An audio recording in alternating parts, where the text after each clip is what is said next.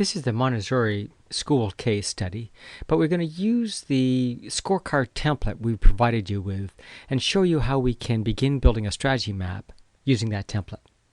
So the template is straightforward. It's structured for the private sector. So we've got financial, customer, internal, and enablers as the perspectives on the private sector strategy map. And within that, we've put down the most common strategic objectives. So for example, in the financial perspective, you can either become financially successful from increasing your revenue, reducing your costs, or optimizing use of assets. Customers will do business with you either because of your brand, because of the service you offer, or because of the value of their product, service, functionality.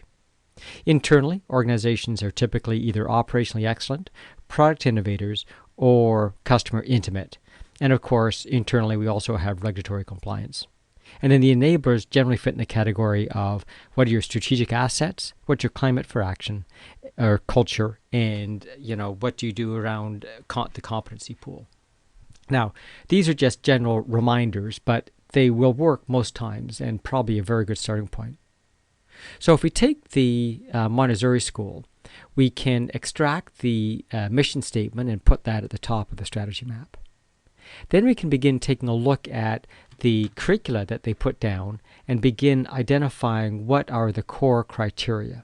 So, for example, operational excellence is all about commitment to the Montessori curriculum.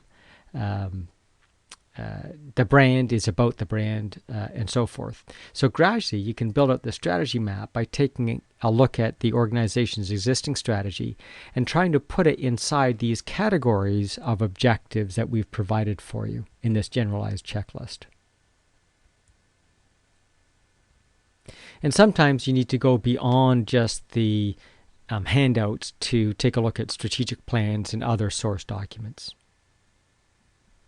Now, in this particular case, they also took a look at the strategic objectives, and we had them order rank them in advance of the meeting. And so from this, we were able to determine which things they felt had a low value and which things had a high value. And that had begun some of the conversation about weighting.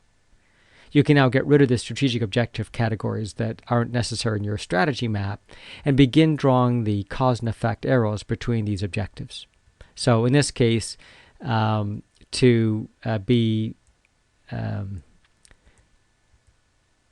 the time they had done, they came up with a strategy map that looked like this.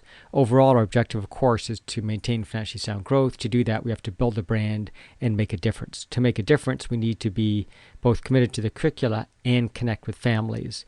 And to connect with families, we have to continue to build our community.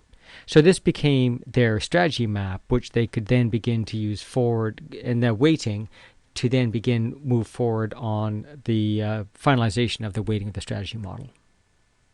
So the key characteristics, of course, were they have the 4 perspectives. It's based on the existing strategy. It's identifying the objectives, what they want to do, not how they're going to go do it. It shows the main hypothesis on how to create success. It's clear on priorities. It doesn't respect the organization chart. It talks about the objectives, which are cross-functional. The objectives are simple, and it's memorable.